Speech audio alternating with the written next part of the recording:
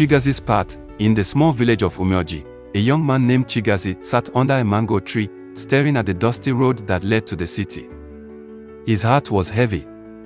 His friends had all chosen their paths. Robina was training to be a mechanic, Ada was studying to be a nurse, and Emeka had joined his father's farm. But Chigozie, he was stuck. He loved many things: drawing, fixing broken radios, telling stories, but none of them seemed like a real future. People in the village often told him, "Find something serious to do.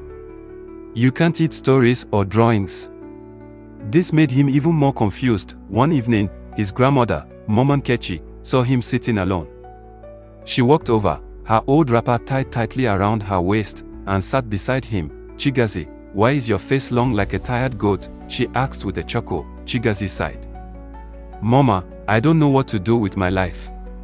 Everyone has a direction, but I am just here, doing nothing important." Mama Nkechi smiled and pointed at the mango tree above them. "Do you see this tree? Many years ago, it was just a tiny seed in the soil. It did not know what it would become.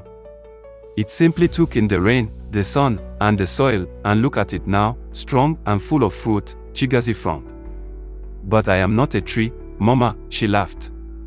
"You are more like this tree than you think. You don't need to have all the answers now. Just start with what you love, what makes you curious, and grow from there." That night, Chigozie couldn't sleep. He kept thinking about Mama's words. Maybe he didn't need the whole plan right now. Maybe he just needed to start. The next day, he took his notebook and began drawing the people of Umuorji: Mama Nkechi grinding pepper, the children playing in the stream, the traders in the market. He also started fixing broken radios and bicycles, something he had always enjoyed. People began to notice his skills. One day, a rich businessman from the city, Mr. Okafor, visited the village. His radio had stopped working, and everyone told him, "Go to Chigozie, he can fix anything." Chigozie repaired the radio in minutes.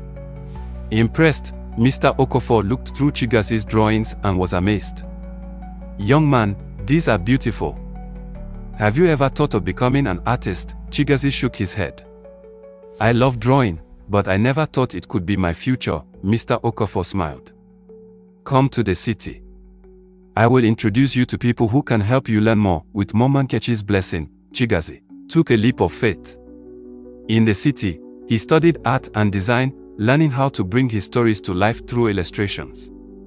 Years later, he became a famous artist, telling the stories of African villages through his paintings. One day, he returned to Umuorji and sat under the same mango tree. The village children gathered around him, watching as he sketched. "Chigozie, how did you become so great?" one boy asked. He smiled, remembering Mama Nkechi's words. "I didn't find my path. My path found me. And it all started right here." Thank you for watching, and please share,